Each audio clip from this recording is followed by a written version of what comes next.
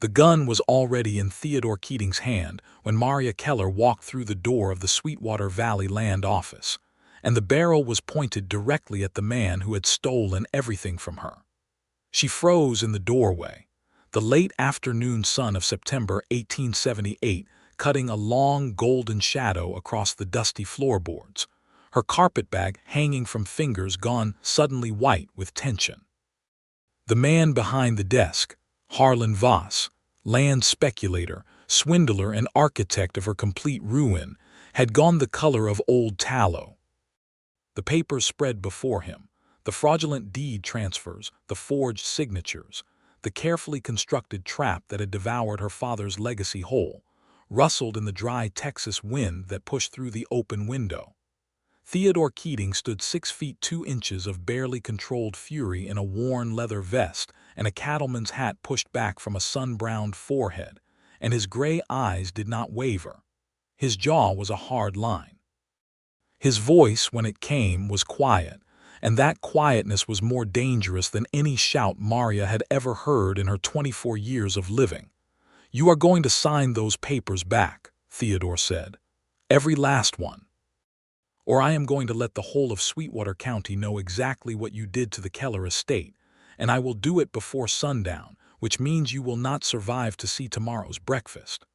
Harlan Voss moved his gaze from Theodore to Maria, and something ugly and calculating crossed his face. "Well," he said softly, "if it isn't the grieving daughter herself. Come to watch, have you?" Maria Keller had arrived in Sweetwater Valley 4 weeks ago with nothing promised.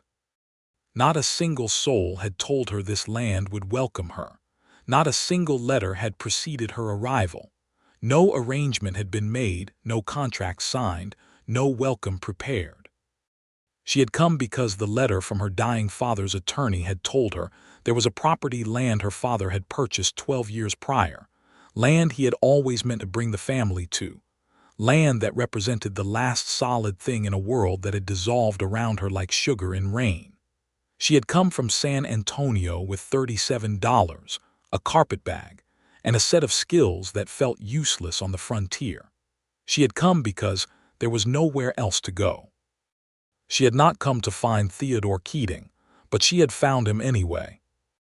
Maria Keller had grown up in San Antonio, the daughter of Ernst Keller, a German immigrant who had built a modest but respectable hardware business on Commerce Street. Her mother, Catalina, had died when Maria was 11, leaving her father to raise her alone in the particular tender and slightly bewildered way of men who love fiercely, but do not quite know what to do with a daughter. Ernst had educated her carefully, taught her bookkeeping, made sure she could read in 3 languages, and told her regularly that a woman who understood money was a woman no one could completely destroy. He had been wrong about that last part, as it turned out. Ernst Keller had died in January of 1878, and within 3 months, Harlan Voss and his network of corrupt county clerks and bought judges had stripped away everything that bore the Keller name. The hardware store had been absorbed into a dispute over a loan that Ernst had never actually taken. The house on Commerce Street had been claimed against a debt that appeared in the records but nowhere in Ernst's meticulous account books. Maria had contested it. She had gone to 3 lawyers. She had written letters to the county seat. She had done everything a woman of modest means and fierce intelligence could do, and she had lost every single battle because the corruption ran deeper than her resources could reach. The land in Sweetwater Valley had been the one thing Harlan Voss had apparently not yet discovered. The deed was in her father's name, recorded in a different county, and Maria had found the paperwork tucked inside the lining of Ernst's old traveling case like a hidden promise from a dead man. 420 acres along the Sweetwater Creek, purchased for $1,200 in 1866 from a settler moving north. Ernst had paid for it in cash and then, for reasons Maria could only guess at some dream he had kept quietly to himself for 12 years, had never mentioned it to anyone. She had arrived in Sweetwater by stage in early September, bone-tired and running on pure stubbornness, and had gone directly to the land office to register her claim, where she had discovered that Harlan Voss was already there. He had moved faster than she had imagined possible. Someone in San Antonio had talked. Someone had mentioned the Sweetwater deed, and Voss had sent an agent ahead to begin the process of transferring the title through a series of paper transactions that were legal in appearance and fraudulent in substance. The land office clerk, a thin, nervous man named Putty who sweated constantly and avoided eye contact, had told her with practiced regret that there appeared to be a competing claim and that the matter was under review. Maria had walked out of the land office and sat down on the steps in the September heat and allowed herself exactly 3 minutes of despair. Then she had stood up, picked up her carpetbag, and asked the first person she saw where a woman might find honest work and a room she could afford. That person had been Theodore Keating. He had been coming out of the general store across the street, a list in one hand and a sack of nails in the other, and he had stopped at the sight of a woman sitting on the land office steps with the particular expression of someone deciding whether to surrender or fight. He had watched her stand up. He had watched her square her shoulders, and something in that small private act of self-determination had made him cross the street without quite deciding to. "Miss," he had said, "you look like you just lost a war and are already planning the next campaign." Maria had looked up at him with eyes that were red around the edges but dry, because she had not allowed herself actual tears yet, and said, "Do you know anyone hiring in this town who will not cheat me?" Theodore Keating had a ranch 3 miles east of town called the Crescent K, 400 head of cattle, a permanent crew of 6 ranch hands, and a cook named Birdie who was 60 years old and had been threatening to retire for the past decade without ever actually doing it. He also had a set of accounts that had not been properly organized since his business partner, a man named Will Garrity, had left 18 months ago under circumstances that were politely not discussed in Sweetwater. He had looked at this woman with her carpetbag and her fierce, dry eyes and said, "Can you do accounts?"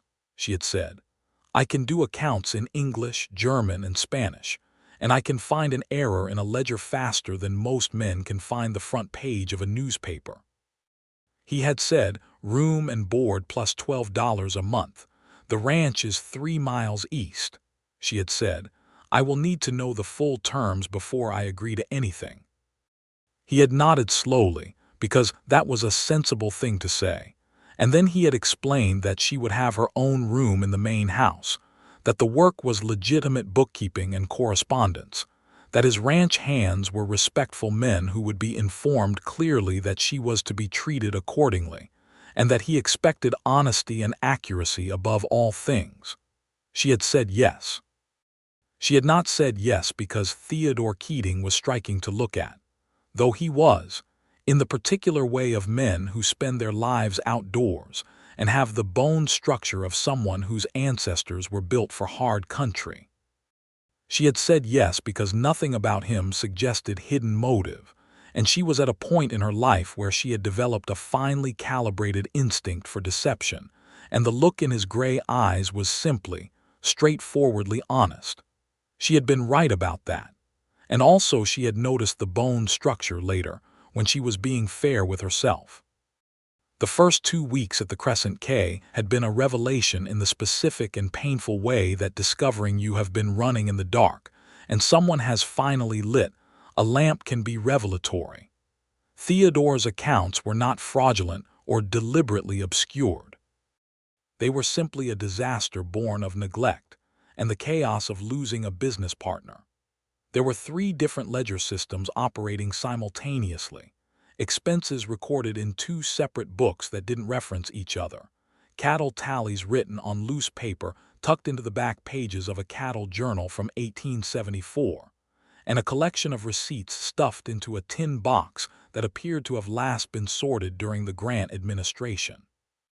Maria had spread it all out on the large dining table, organized it by date and category, and spent 4 days reconstructing a coherent financial picture of the Crescent K.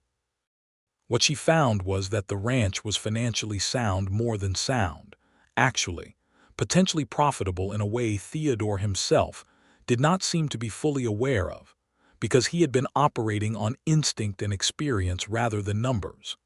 She had presented her findings to him on the fifth morning over coffee, laying out a clear summary of assets, debts, operating costs, and potential income. He had listened with the focused attention of a man who takes information seriously, and at the end he had said, "I owe you an apology." She had been surprised. For what? For not realizing sooner how badly organized this was. "You have been doing the work of 4 people." She had shrugged, because she was not accustomed to men apologizing to her for underestimating the difficulty of work she had been asked to do, and the gesture had disarmed her more than she wanted to admit. Theodore was 31.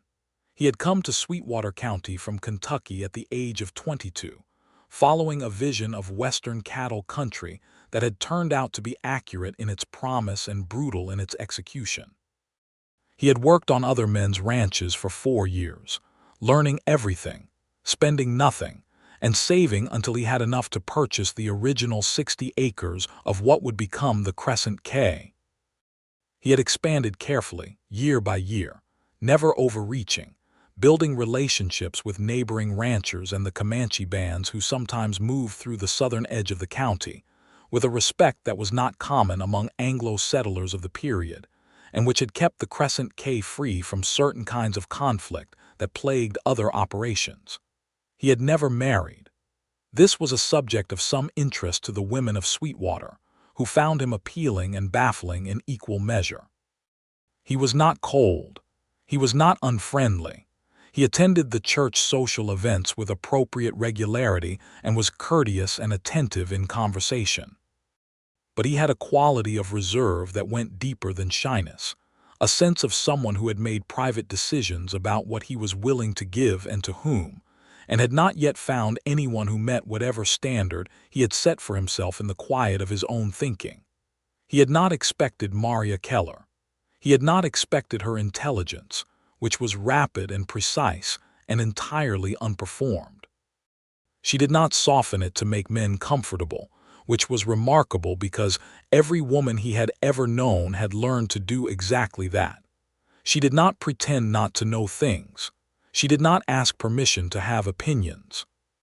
And she was, underneath the competence and the guarded quality that he recognized immediately as the product of recent and significant loss, achingly kind. He saw it in the way she learned all 6 ranch hands' names by the second day and remembered details about each of them. He saw it in the way she helped Bertie with the evening dishes without being asked, talking with the old cook in the warm kitchen while the sun went down, and the sound of their voices drifted across the yard like something settling into its right place. He had begun making quiet promises to himself by the end of the second week, that he would help her resolve the land dispute, that he would find out exactly how Harlan Voss had managed to file a competing claim on property he had no right to, that he would not allow this woman who had come into his life with nothing promised and everything decided to be stripped of the last thing her father had left her.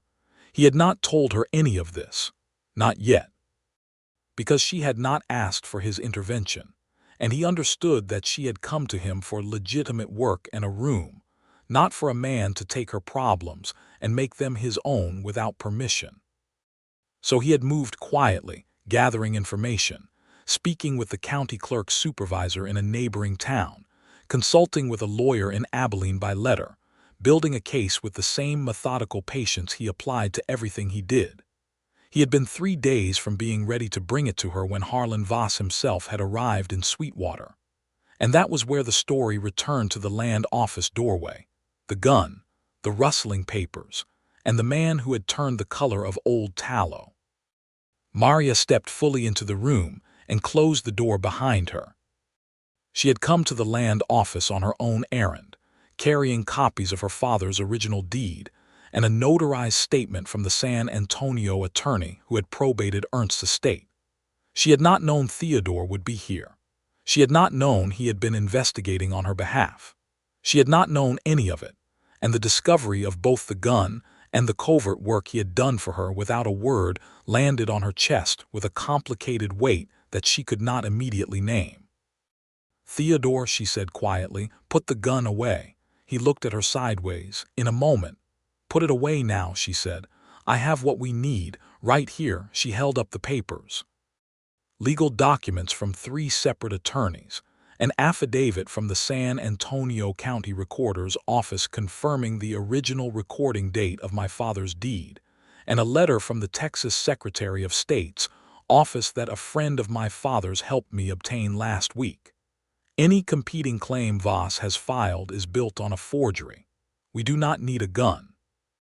Theodore held the gun steady for another 3 seconds, 3 seconds during which Harlan Voss appeared to be reconsidering every choice he had made in the past year, and then he lowered it and slid it back into the holster at his hip in one practiced movement. He did not take his eyes off Voss. "You have been busy," Theodore said, and it was not entirely clear whether he was speaking to Maria or to himself. "So have you," she said. Voss, recovering somewhat now that the gun was away, attempted to reassemble his air of authority.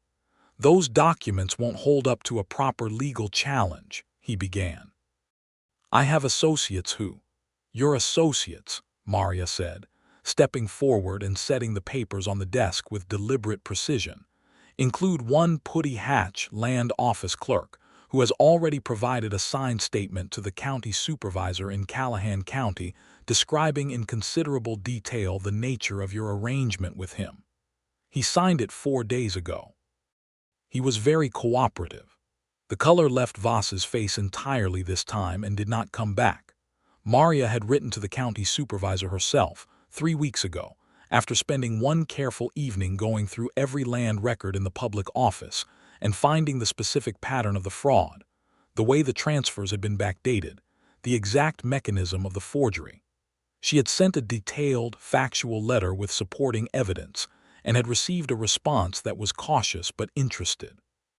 She had followed up, she had persisted.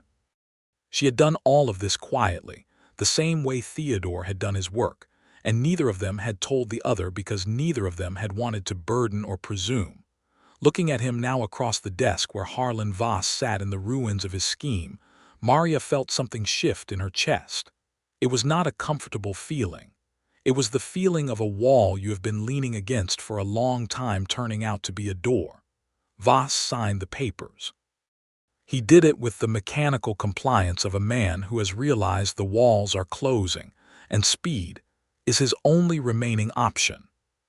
He signed the restoration of Maria's deed, the retraction of the fraudulent competing claim, and a statement acknowledging the legitimacy of the Keller property. Theodore witnessed the signatures. The land office clerk, a different one, brought in from Callahan County specifically for this purpose, notarized the documents with the official seal. It was over in 20 minutes. When they walked out of the land office into the late afternoon sun of Sweetwater Valley, Maria stood on the top step with the signed papers in her hand and said nothing for a long time. The valley stretched out before them, golden and enormous, the Sweetwater Creek a dark thread in the distance, the hills beyond it purple with the coming evening. The air smelled of dust and cedar and the particular dry sweetness of Texas September. Theodore stood beside her, hat in his hand now, turning it slowly by the brim the way he sometimes did when he was thinking something through. He was not a man who filled silence with noise. "You did not tell me," she said finally. "About the investigating you were doing." "No, why not?" He was quiet for a moment. Then he said, "Because you did not ask for my help.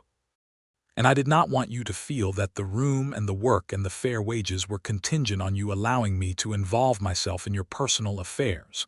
They were not contingent. They were always just what they were." Maria turned to look at him. The light was hitting him at a particular angle, all that autumn gold, and she was aware that she was looking at him with her whole face in a way she usually controlled more carefully. "That is," she said slowly, "the most considerate thing anyone has done for me in a very long time, possibly ever." "I did not do enough," he said. "You had already done most of it yourself. You had the gun." The corner of his mouth moved. Not quite a smile, but in the direction of one. "That was probably unnecessary. It was extremely unnecessary, she said, and also she stopped. Also what? She looked back at the valley. Also, I have never had anyone point a gun at a man on my behalf before. It is a strange thing to feel. How does it feel? She considered for a moment. Like someone decided I was worth defending before I had finished deciding it myself. He was quiet again. The hat turned slowly in his hands. Maria, he said. It was the first time he had used her given name. He had been careful with that, keeping to Miss Keller in the way of a man establishing that he had appropriate intentions. The shift was small and enormous simultaneously. Yes, she said. I would like to say something, and I want to say it plainly so there is no misunderstanding about what I mean. She nodded once. I am not a man who speaks easily about things of a personal nature, he said. I have been told this is a deficiency. I am not sure I entirely agree, but I have been aware of it for some time. What I want to say is that in the 4 weeks you have been at the Crescent K, you have made it into something it wasn't before. Not the accounts, though that is a separate and genuine benefit. Something else. Something I don't have a clean word for. And I would like very much, if you are willing, to continue finding out what that is. Maria Keller stood in the September light with her dead father's land deed in her hand and the ruins of Harlan Voss's scheme at her feet and looked at Theodore Keating for a long, still moment. She was 24 years old and had arrived in this valley with nothing promised. She had not come looking for love. She had come looking for solid ground. I am willing, she said. She thought about it afterward, lying awake in her room at the Crescent K that night with the sound of the creek and the distant cattle and the September wind, and she thought, this is how it happens then. Not in the ways the dime novels describe, not in floods and dramatic declarations and instant certainty, in small precise gestures that accumulate, in a man who does work on your behalf without making you indebted to him for it. In the particular quality of someone who says what he means and does not say what he doesn't mean, and makes no promises he does not intend to keep. She thought, he has been making quiet promises for weeks without knowing that I could see them. She thought, I have been answering them without knowing he was listening. The land deed for the 420 acres along Sweetwater Creek was formally registered in Maria Keller's name on the 12th of September, 1878. And Harlan Voss left the county within 2 days and was not seen in Sweetwater again.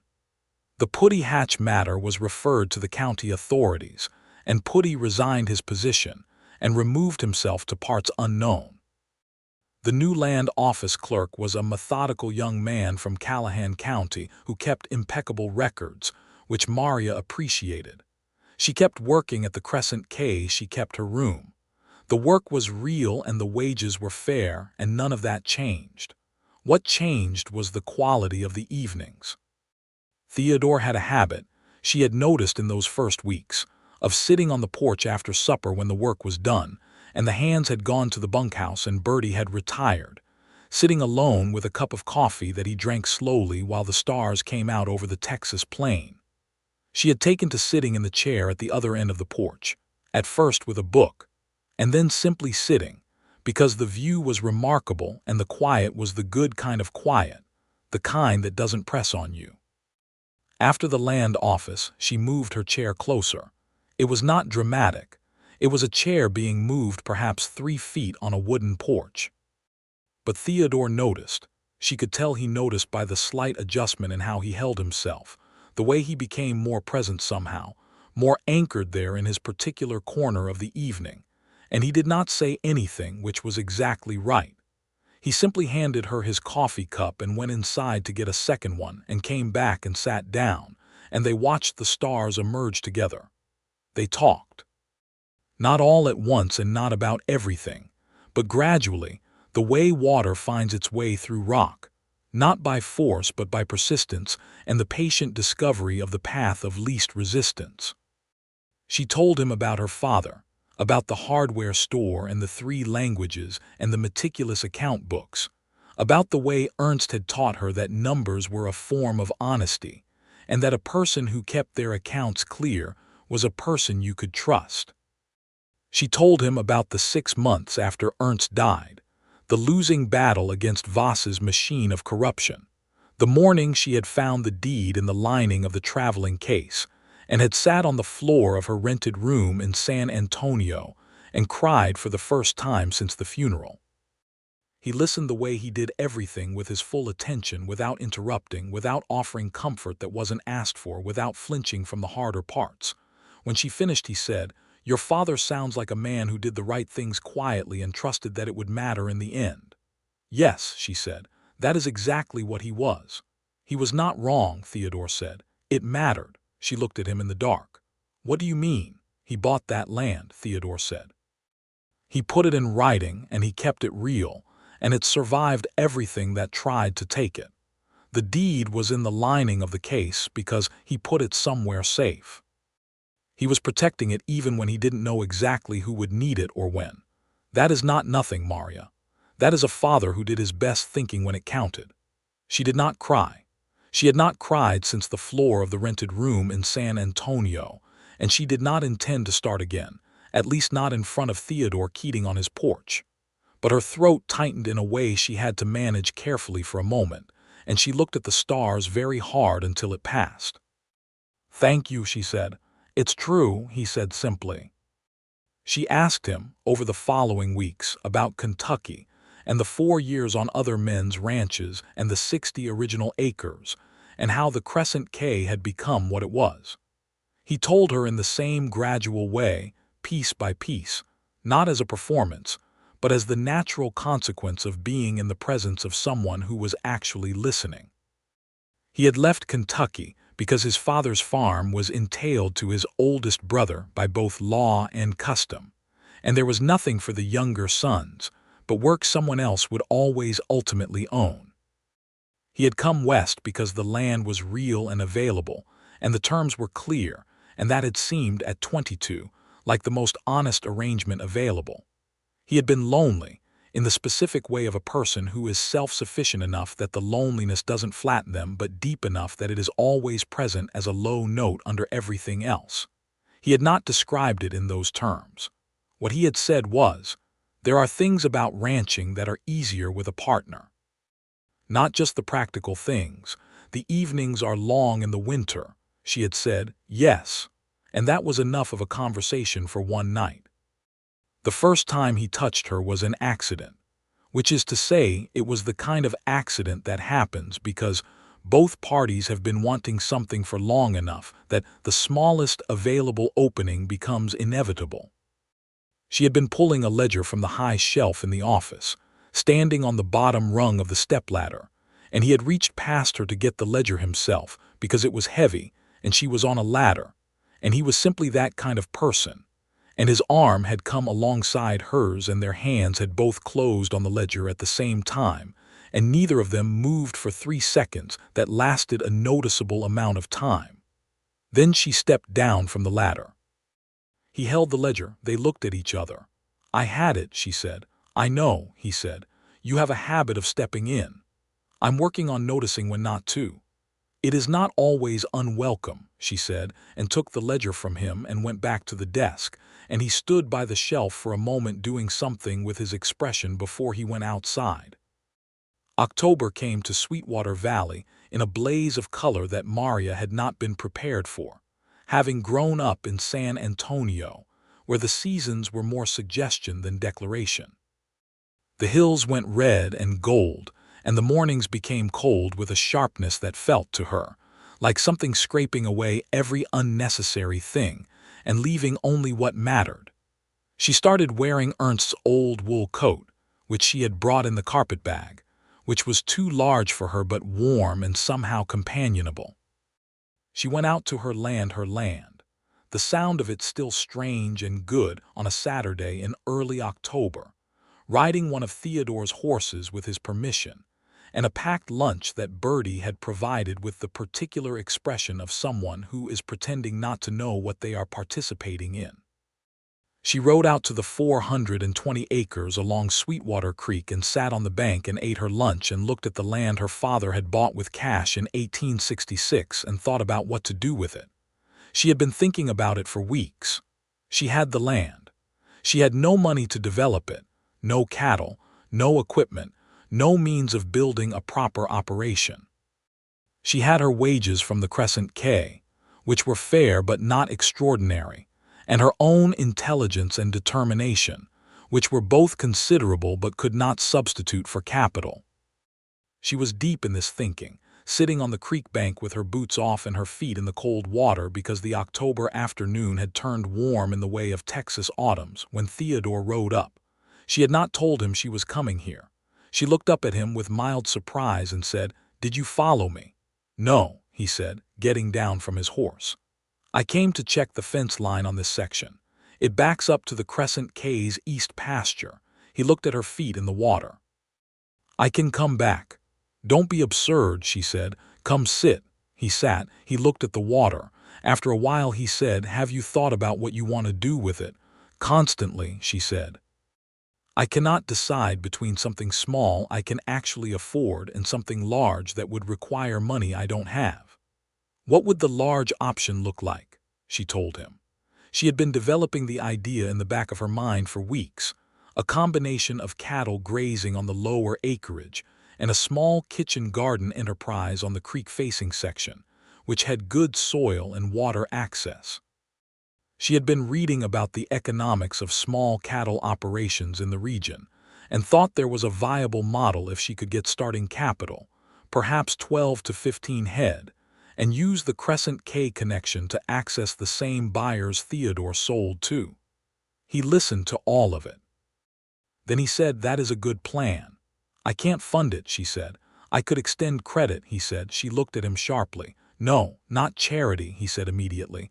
"A business arrangement, a loan at fair interest to be repaid through a share of the profit from the first 2 years' sales. Standard terms. I have done it before for operations that showed promise." "You have not done it before," she said. "Not like this." "No," he agreed. "Not like this." They both looked at the water. "If I take money from you," she said carefully, "and I am also living on your ranch and working for you, it changes the nature of things." "How?" "It makes me dependent on you in too many directions at once," she said. "And I have been dependent on no one for 6 months, and I have found I prefer it, which is perhaps inconvenient given." She stopped. "Given what?" he asked. She looked at him. He was watching her with those direct gray eyes, and his hat was pushed back and the October sun was on his face, and he looked, she thought, like the most straightforward person she had ever met. Not simple. Simple was not the right word. Clear. He looked like someone whose interior and exterior matched. "Given that I appear to be developing feelings for you that are not entirely compatible with maintaining convenient emotional distance," she said. He was quiet for a moment, a long moment. The creek moved. A bird somewhere in the cottonwoods made 3 notes. "I have had feelings for you," he said carefully, "since the morning you presented me with a full reorganization of my financial records and told me what I was worth with the same tone you might use to tell me it was about to rain. I thought it was the most remarkable thing I had ever seen." She felt warmth move through her that was not from the October sun. "The loan," he said, "is genuinely a business arrangement. I would make the same offer to any operation that showed this much promise. But you are right that it is complicated by the other thing. So here is what I am suggesting. Take the loan or don't, as you decide. Come to supper with me in town on Friday at the hotel dining room, where everyone will see us and it will be clear that we are spending time together in that particular way. And then you and I can have a frank conversation about what we are doing without any pretense that it is about business at all." She stared at him. "That is," she said slowly, "the most organized courtship proposal I have ever heard." "I am an organized person," he said. "You know this, you fixed my accounts." She laughed. She had not expected to laugh, and it came out genuine and full and slightly startled, and he smiled at that, a real smile, the kind that reached his eyes and changed his whole face, and she had not seen that particular smile before, and it landed on her like sunlight. "Friday," she said. "The hotel dining room." "Friday," he agreed. She put her boots back on. He helped her up onto her horse, which he did by simply being in the right place at the right moment, and offering a hand that she took without commenting on it.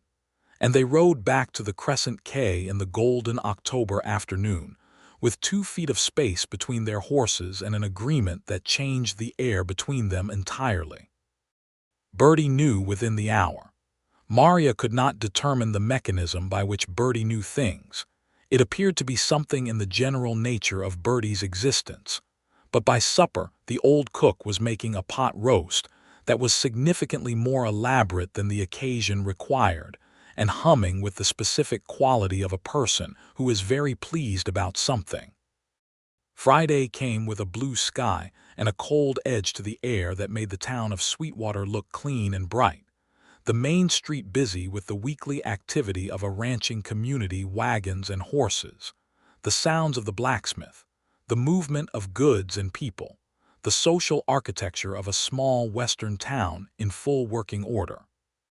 Theodore came to the main house at 6:30 dressed in a dark coat and a clean shirt and his good hat, and he knocked on the door though it was his own house, because he understood the importance of formality in the right moments. Maria had put on her best dress, which was deep blue wool, and had done something with her dark hair that involved pins and considerable effort, and when she opened the door he stopped for a moment and looked at her with an expression that he didn't bother to hide. "You look very well," he said. "You also," she said. "Your hat is straight." "I made a particular effort," he said gravely. She took his arm when he offered it, and they walked to the wagon, and he helped her up, and they drove the 3 miles into Sweetwater with the stars beginning to show in the east and the air smelling of cedar and coming winter. And the conversation was easy in a way that felt like the natural culmination of 6 weeks of porch evenings and creek banks and ledger shelves. At the hotel dining room, Sweetwater's finest establishment, which ran to red-checked tablecloths and a menu that included 3 options on any given night. They were given a table by Mrs. Harper, who ran the hotel with her husband and had very definite opinions about everything. She seated them with an expression of elaborate neutral cordiality that fooled neither of them. Over roast chicken and potatoes, and a bottle of wine that Theodore had quietly arranged to have brought from the hotel's limited selection, they talked properly. Not around things, but directly at them, the way 2 people can when they have established enough trust that directness is a gift rather than a threat. He told her about Will Garrity, his business partner of 6 years, a man he had trusted completely, who had been skimming money from the ranch accounts for the last 2 years of their partnership and had left with what amounted to $400 of the Crescent K's operating funds. He had not reported it. He had struggled with that decision for a long time, but Garrity had a family and the ranch could absorb the loss, and so he had simply let the man go and said nothing public and reorganized everything himself badly because he was a rancher and not a bookkeeper. "That is why the accounts were in such a state," Maria said. "Yes, and why I needed someone I could trust absolutely to sort them out, and why he stopped." "Why what?" "Why finding someone trustworthy has felt like a more significant thing than it perhaps should rationally. I have been more careful since Garrity than I was before." "Careful about accounts," she said, "or careful about people?" "Both," he said, "and I think I know that careful is right, but there is a version of careful that becomes its own kind of trap where you protect yourself so thoroughly that nothing good can get in either." She was looking at him very steadily. "I know that trap," she said. "I have been living in it since January." "I know," he said. "I saw it in you the first day, the way you checked every term before you agreed to anything. You were not being difficult. You were being someone who had learned that the fine print matters." "It always matters," she said. "Yes," he said, "but some arrangements do not have fine print. Some are what they appear to be." "Is this one of those?" she asked. He looked at her across the red-checked tablecloth with the candlelight between them and the sound of Sweetwater's Friday evening moving around them outside the windows, and he said, "Yes, this is exactly what it looks like. I am interested in you. I find you remarkable. I would like, if you are willing, to see where this goes, and I will not make promises I am not prepared to keep, and the ones I do make will be real." Maria Keller sat with that for a moment. She thought about the 6 months of fighting alone, and the $37 and the carpetbag, and the deed in the lining of the case, and the land office steps in September. She thought about what it was to arrive somewhere with nothing promised and find that the ground was more solid than anyone had guaranteed. "I am willing," she said. It was what she had said on the land office steps. He heard the echo. The corner of his mouth moved. They had dessert. They drove back under a sky full of stars. He walked her to the door of the main house, and they stood in the cold October air for a moment, and he took her hand, which he was holding for the first time properly, and pressed it briefly, and said, "Good night, Maria," and she said, "Good night, Theodore," and went inside and stood in the warm hallway for a full minute doing nothing at all. November arrived and brought its full attention to the matter of making Sweetwater Valley cold. The creek had frost on its edges in the mornings, and the cattle moved closer to the shelter of the draw on the east side of the Crescent Quay, and the work of winter preparation took over the rhythm of the days with the particular urgency of people who understand what is at stake if they are not ready. Maria had accepted the loan. She had done it with a written agreement, terms clearly specified, interest rate established, repayment schedule attached, which she had drafted herself and presented to Theodore, who had read every word and signed it with approval. She had bought 12 head of cattle, negotiated by Theodore with a neighbor who was reducing his herd for the winter, good stock at a fair price. The cattle were on her land, grazing the lower acreage, and she went out 3 mornings a week to check on them with a growing competence that she had acquired partly from watching the Crescent Quay operation, and partly from sheer determined reading of every piece of available literature on the subject. Theodore helped her. He did not take over. He came when she asked, showed her what she needed to know, answered questions without condescension, and stayed out of decisions that were hers to make. It was, she thought, the most functional partnership she had ever observed, and she was increasingly aware that this quality in him, the precise knowledge of where his help was welcome and where his restraint was more useful, was rarer than any of his other considerable qualities. They had fallen into a courtship that the town of Sweetwater watched with the collective fascination of a community that has limited entertainment options and takes its romantic development seriously. They were seen at Sunday services together. They had supper at the hotel dining room on the first Friday of each month. He brought her things, not grand presents, but small practical things that showed he paid attention. A pair of leather gloves that fit her hands correctly when she had been struggling with the oversized pair she was using. A particular book on cattle management she had mentioned wanting. A small tin of the German coffee that Bertie had mentioned was the only kind her mother had used. She brought him things in return. The meals she began cooking on Sunday evenings when Bertie took the day off, made with the recipes her mother had taught her.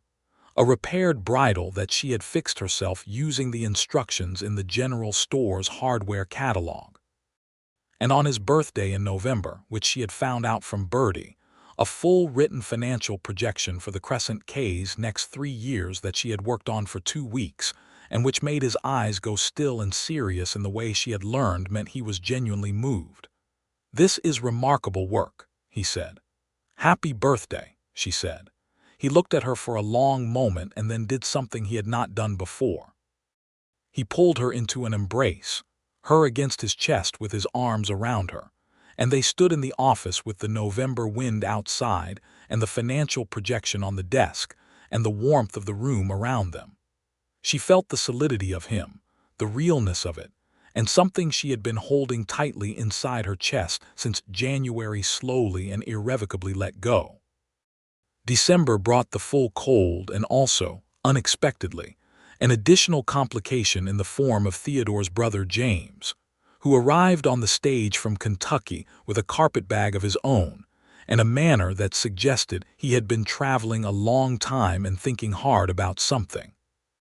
James Keating was 27, 4 years younger than Theodore, and he had the same bone structure and the same gray eyes but arranged differently, with less patience in them and more urgency. He was not unkind. He was simply a man who had been living on his brother's success from a distance and had come to see it in person, and he was not entirely sure where he fit into the picture now that his brother's life appeared to be in the process of significant change. He was, in other words, the specific kind of complication that arises when a person who has been alone for a long time begins, visibly, to be less alone. He was polite to Maria. He was carefully, consciously polite, which was almost worse than if he had been rude, because the conscious effort of it was visible and made the air around them slightly stiff. He asked her questions that were reasonable on their surface and slightly probing underneath. How long had she been at the Crescent K? What were her plans for the land along the creek? What had her life in San Antonio been like? Whether she planned to stay in the valley long term. She answered him directly and without defensiveness, because she understood what was happening and did not blame him for it.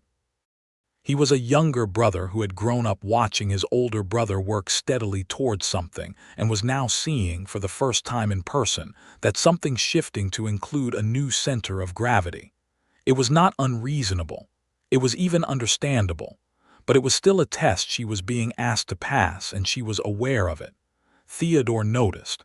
He always noticed. On the third evening of James's visit, he found Maria in the kitchen helping Bertie with supper and asked simply, "Is he making it difficult?" "No," she said. "He is making it clear that he is watching. That is not the same thing. I will talk to him." "Do not," she said. "It will resolve itself. He will see what there is to see and make up his mind. He seems like a sensible person." "He is," Theodore said. "He is just protective," she said, "of you. It is not a bad quality in a brother." He looked at her. "You are remarkably patient." "I came to this valley with no guarantees and asked for fair wages," she said. "I have been practicing patience for a while now." James came around as she had predicted. It happened on a Sunday in the second week of his visit when Maria was outside in the cold, helping move the cattle to the east draw her cattle on her land, which shared the fence line with the Crescent K, and James, who had ridden out with Theodore, watched her manage 3 stubborn head with a combination of quiet voice commands and precise body positioning that was entirely correct and entirely self-taught. "Where did she learn that?" he asked Theodore. "She read it," Theodore said. "And then she practiced it until it worked." James was quiet for a moment. "She is going to stay," he said. It was not quite a question. "I hope so," Theodore said.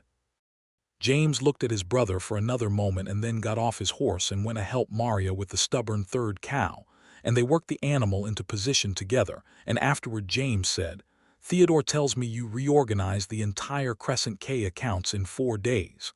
5, she said. 5 days, he repeated. Our mother could not balance her household accounts in 5 months. Your mother was probably doing other things, Maria said. James laughed. It was a real laugh, unguarded and a little surprised, and after that the stiffness went out of him entirely, and he was simply a man who was glad to meet someone his brother cared about. He left on the stage in the 3rd week of December and shook Maria's hand at the station and said, "I hope to see you again," in a tone that made it clear he meant it.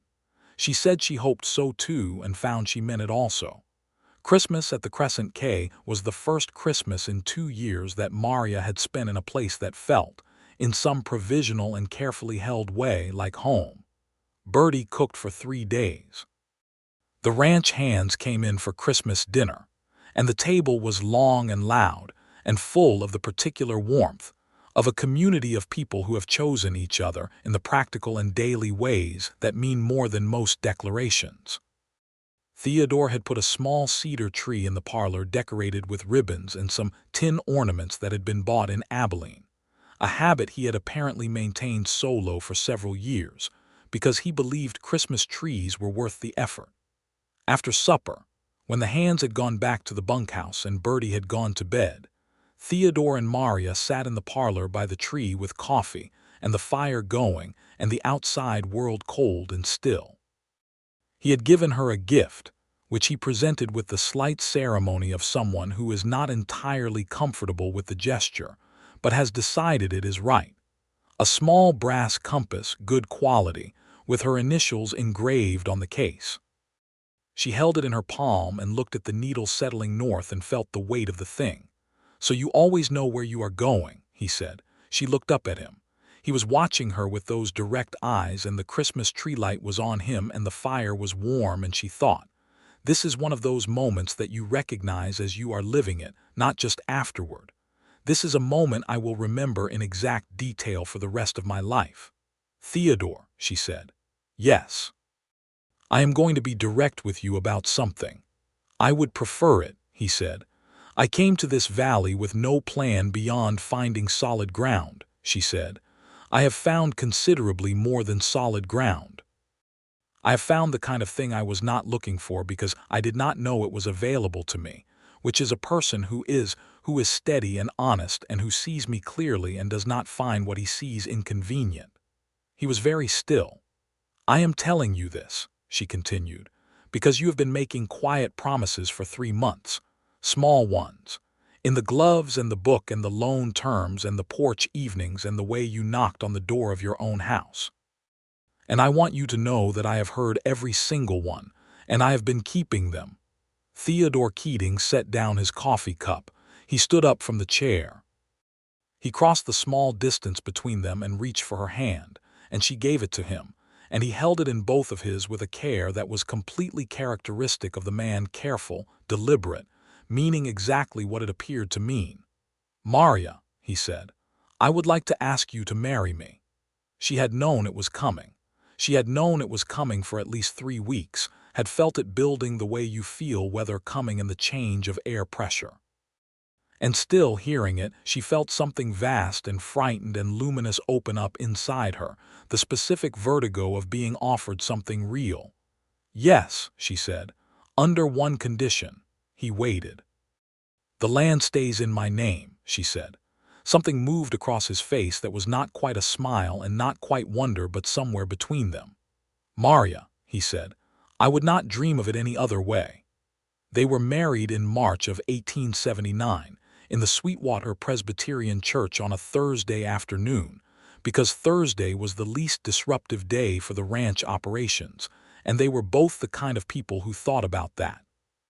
The church was full because Sweetwater was a small town, and small towns take their weddings seriously, and also because Theodore Keating had been the subject of considerable matrimonial speculation for years, and the general feeling was that the community deserved to witness the resolution. Maria wore her blue wool dress, which Bertie and the wife of one of the ranch hands, Clara, had spent a week transforming into something more ceremonial with the addition of white trim and a length of ribbon that served as a veil. She carried a small bunch of early wildflowers from the creek bank.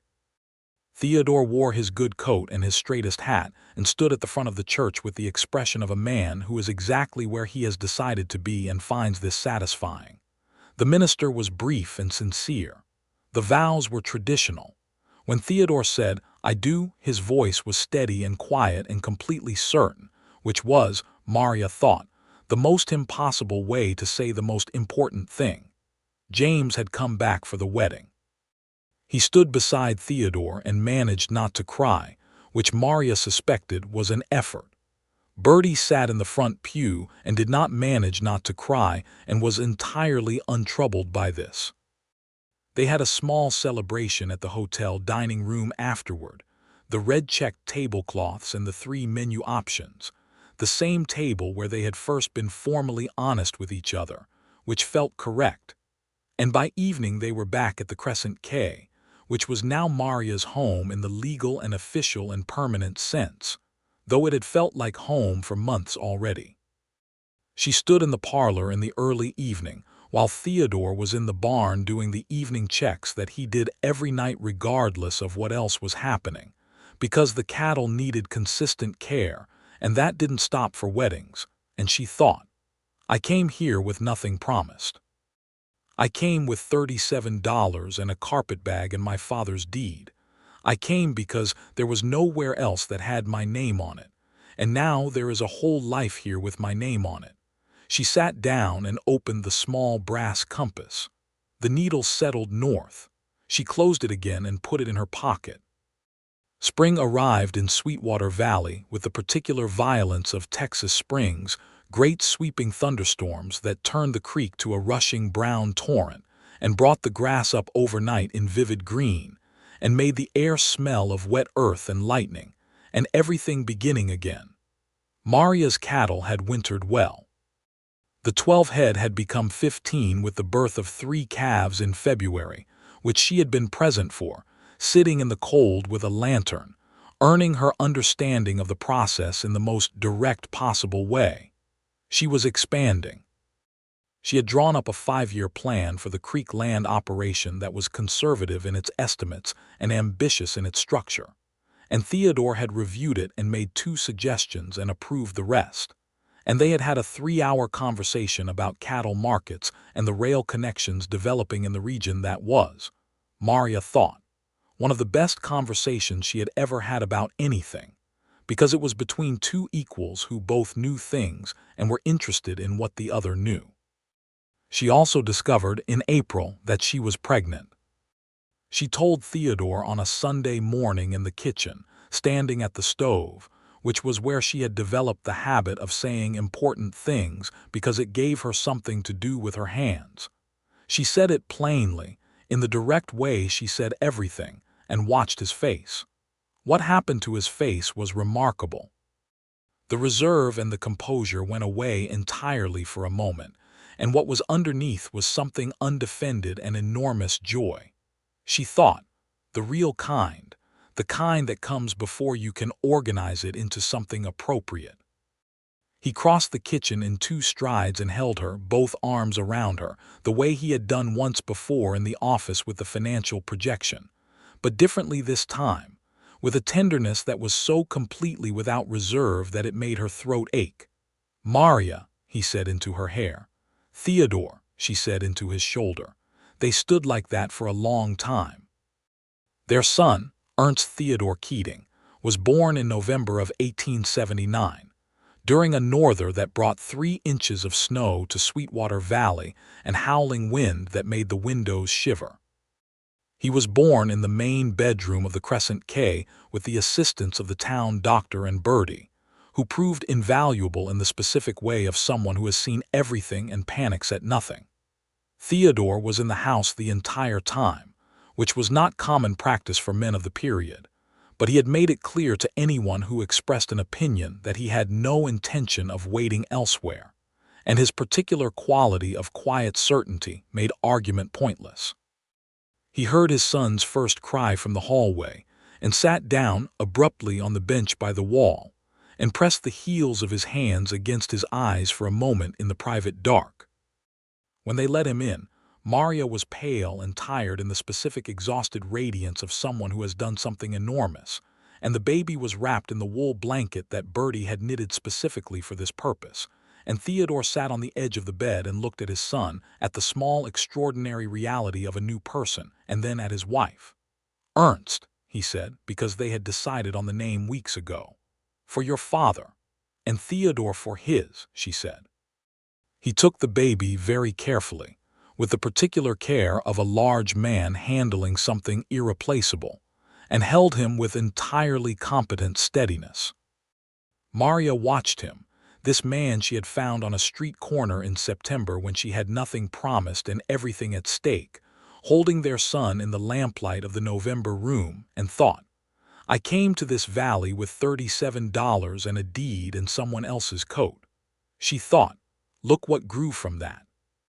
Bertie retired at last in the spring of 1880, at the age of 62, having supervised the first 6 months of Ernst's life with the authority of a general and the tenderness of a grandmother and the absolute certainty that everything would be fine now, and she could leave with confidence. She moved to town to live with her sister, and Maria and Theodore hosted a dinner for her departure that lasted 4 hours and included 3 toasts and a great deal of genuine emotion. Maria took over the cooking, which she had been doing most of anyway, and hired a young woman from town named Adela who was 18 and competent, and who Maria treated with careful fairness, because she remembered very specifically what it was to be a young woman working in someone else's house, and dependent on their good character.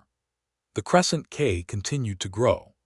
The 5-year plan Maria had drawn up became the template for an expansion that was careful and well documented and steadily profitable.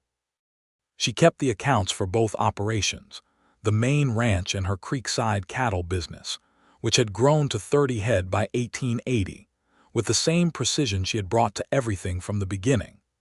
Theodore continued to run the practical operations of the ranch with the sure, experienced competence that was the foundation of everything else, and they consulted each other on decisions in the mutually respectful way of two people who have chosen to be partners in the full sense of the word. They argued sometimes. Maria was not a woman who submerged disagreement, and Theodore, once his initial reserve was thoroughly breached, turned out to have firm opinions about a range of things. They argued about the timing of a particular sale, about the handling of a difficult ranch hand who was competent but unreliable, about whether to invest in additional fence wire that season or wait, about the right approach to a water rights dispute with a neighbor that required both firmness and diplomacy. Their arguments were never cruel. They were the arguments of two people who take each other's intelligence seriously and are not afraid of the friction of genuine disagreement. They always resolved. Not always easily, but always. In the summer of 1881, Maria's land along Sweetwater Creek was formally incorporated into the Keating Ranch operations as a separate but connected entity, with Maria as the sole owner and operator and Theodore as a formal silent partner, whose contribution was equipment access and market connections in exchange for a 10% stake that they had negotiated on the kitchen table over 2 evenings with the same rigorous fairness they applied to everything. Ernst was walking by then, a determined and slightly wobbly exploration of every surface at boot height, with Theodore's gray eyes and Maria's German jaw, and a personality that appeared to be entirely his own, stubborn and cheerful in equal measure, fascinated by animals, particularly attached to the old dog that lived in the barn, and in possession of a laugh that made every adult in a 30-foot radius instinctively smile. Theodore watched his son in the particular way of fathers, who are discovering that love can be an entirely new category. He had thought he understood love, the gradual, accumulating, deeply held kind he had for Maria, built from trust in time and specific acts of mutual recognition. What he felt for Ernst was different in texture, more immediate and animal, the visceral protectiveness of a person in the presence of something irreplaceable and new. He told Maria this one evening on the porch, which was where they still sat most evenings, Ernst asleep inside with Adela nearby, the old October rhythm updated for a new life. "I didn't know it could be that different," he said. "The same feeling, different shape entirely." "I think that is how love works," she said.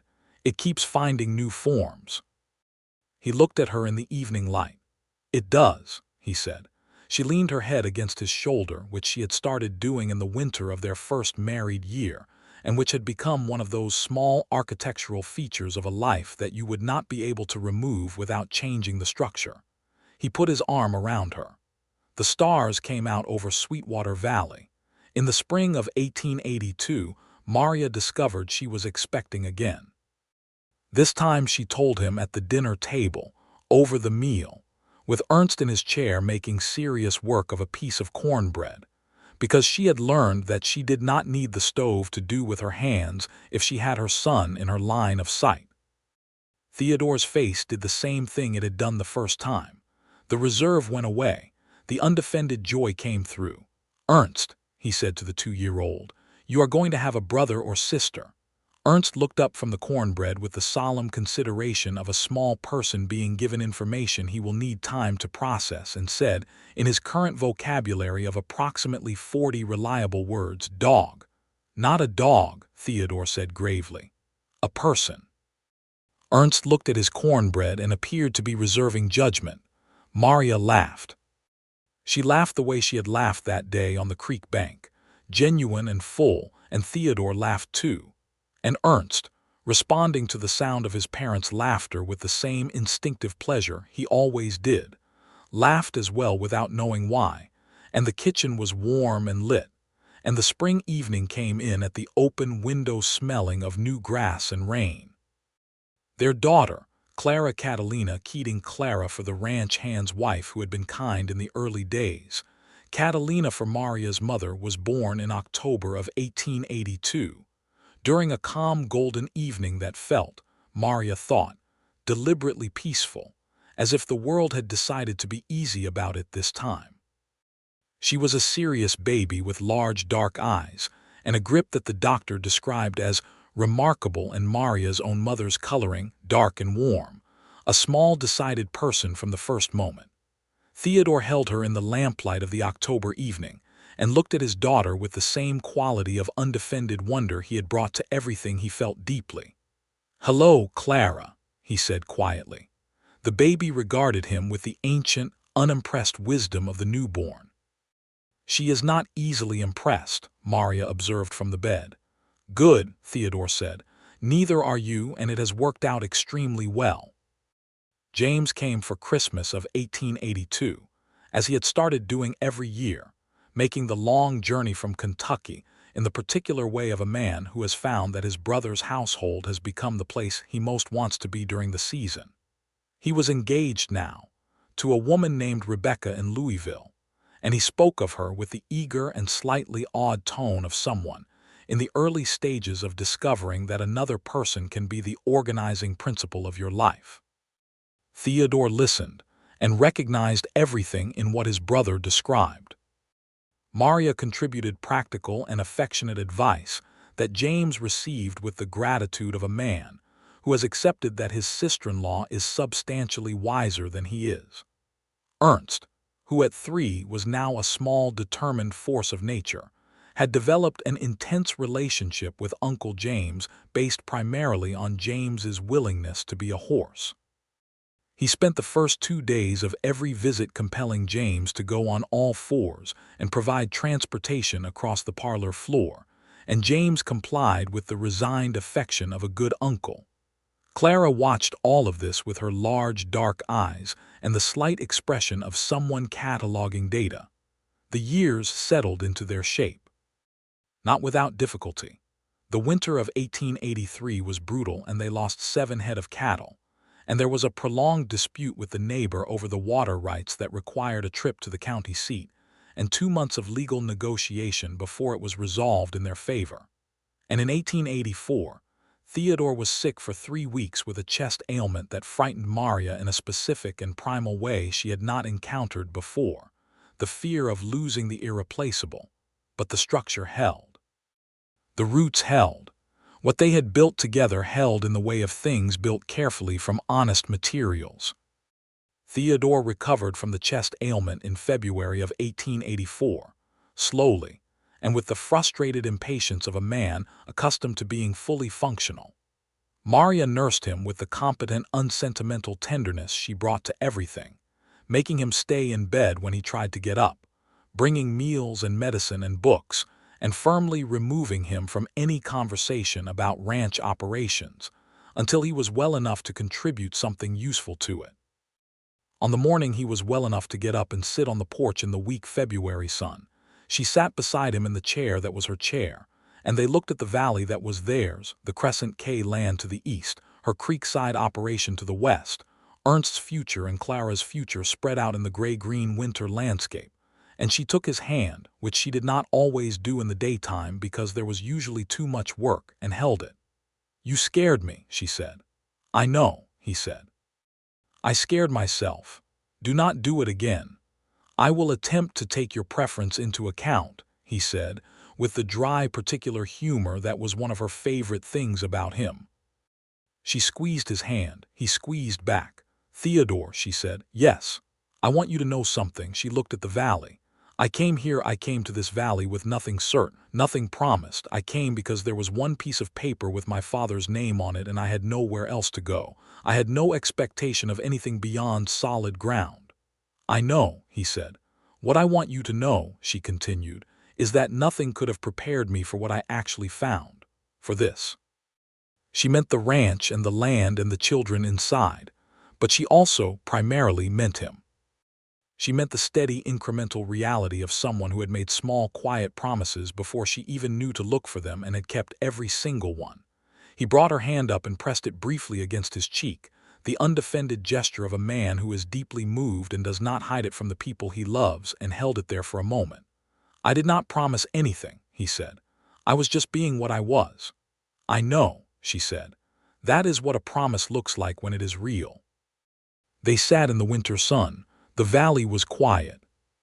Somewhere inside the house, Ernst shouted something emphatic, and Clara's high, clear voice responded in what sounded like equal authority, and both Theodore and Maria turned their heads toward the sound with the same involuntary parental attention. "Crisis," Theodore said. "Probably the dog ate something," Maria said. They both stood and went inside. By 1886, the Sweetwater Creek operation had 45 head of cattle and was turning a profit that exceeded the original projections in Maria's 5-year plan by 30%. The loan from Theodore had been repaid in full by 1883, on schedule and with interest as specified, which Maria had insisted on, and Theodore had accepted with the appropriate combination of reluctant admiration and complete respect for her terms. The accounts for both operations were maintained with flawless precision. When other ranchers in the county began asking for advice on their financial management, Theodore started quietly directing them to his wife. Ernst was 7 and had decided he was going to be a veterinarian, a word he had encountered in one of the books from the growing library shelf in the Crescent K parlor, and had fixed on with the determination of a person who knows exactly what they are. He was serious about animals in the way that some children are serious about animals, not merely fond of them but deeply interested in how they worked, asking questions about the sick cattle with the focused intelligence of someone who needs to know precisely what is happening and why. Theodore answered every question fully, which Ernst expected and Maria loved him for. Clara was 4 and was learning to read with the same competent determination she brought to everything, sitting at the kitchen table with a primer and the expression of a person filing information for future use. She had her grandmother's coloring and her father's reserve and her mother's precision, and she was, Maria thought, going to be formidable. James had married Rebecca, and they had a daughter of their own now, Mary Louise, and they came for Christmas of 1886 as they always did, the house full and warm, and loud with the particular abundance of a family that has grown from nothing certain into something solid. On Christmas Eve, after the children were in bed and James and Rebecca had retired, Theodore and Maria sat by the fire in the parlor. The tree was up, the same cedar tradition Theodore had maintained since before her arrival, now decorated with ornaments accumulated over 8 years of Christmases, the tin ones from Abilene, and the painted ones that Bertie had made, and the paper chains that Ernst had put together with determined 5-year-old hands that were now carefully preserved as decorations of the finest possible kind. Maria had the compass in her pocket. She still carried it. She was aware that this was sentimental and was entirely untroubled by it. "Theodore," she said. He was looking at the fire with the particular contentment of a man who is exactly where he is. "I have been thinking about the north pasture," he looked at her, "on Christmas Eve. I think we should expand the herd in the spring," she said. "The grazing capacity is there and the market is strong, and if we move before the summer we can get good stock before prices rise. I have run the numbers." "I believe you," he said. "We could add 20 head. It would require additional hands through the summer, but the return would justify the cost by Maria," he said. "Yes. Merry Christmas." She stopped. The fire moved. She looked at him, this man who was her husband and her partner and the person who had made quiet promises before she knew to look for them and had kept every one. "Merry Christmas," she said. He reached across the space between them and tucked a strand of dark hair behind her ear, his thumb gentle along the line of her cheek, and looked at her in the firelight with all of it visible in his face. Everything they had been to each other, everything they had built, every promise kept. "We will look at the numbers tomorrow," he said. Tonight I am just sitting here with my wife." She turned her face slightly into his hand. "That is an acceptable arrangement," she said. He smiled. The real one, the one that reached his eyes and changed his whole face, the one she had been seeing for 8 years and had not yet gotten used to, because some things don't diminish with familiarity, they deepen. "Come here," he said. She moved across the space between them, which had been closing incrementally since the first morning. She had arrived with her carpetbag and her $37 and her fierce, dry eyes, and put her head on his shoulder, and they sat together by the fire while Sweetwater Valley held the night around them. There was the land along the creek, 420 acres with her name on it, carrying her father's faith forward in grass and cattle, and the fact of a thing that had survived everything thrown at it. There was the Crescent K, built year by year from 60 acres and hard work, and the precise, patient accumulation of something real. There was Ernst asleep upstairs dreaming about animals, and Clara in her room with her primer possibly open, because she sometimes read in the dark by the window light, and James and Rebecca down the hall with small Mary Louise, and Adela in her room, and the ranch hands in the bunkhouse, and the cattle in the draw, and the valley spreading out under the Christmas stars in all directions. There was a man who had made quiet promises without calling them that, and a woman who had come with nothing promised and had known, somehow, how to recognize the real thing when she found it. And there was the compass, small and brass and steady, always pointing north. Theodore's arm was around her. The fire was warm, the valley was quiet. "I love you," she said, because she had learned that the real thing should be said plainly. "I love you," he said, because he had always believed in saying what he meant. Outside, the first snow of Christmas Eve began to fall on Sweetwater Valley, soft and real and covering the ground in something clean and white that would melt by morning and feed the roots of everything. Inside, they sat together in the firelight until the logs burned low, and then they went upstairs, and the house settled around them with the deep satisfaction of a structure that is being used exactly as it was built to be, to hold something good against the cold and the dark, to make a place where the irreplaceable things can rest and grow. Maria Keller, Maria Keating, who had come to the valley with nothing promised, closed her eyes that night in her own house on land that bore her name, beside the man who had shown her what quiet promises looked like when they were the real and lasting kind, and slept. She had found everything she had not known she was looking for. She had found, in the end, more than solid ground. She had found a life that was wholly, completely, finally hers.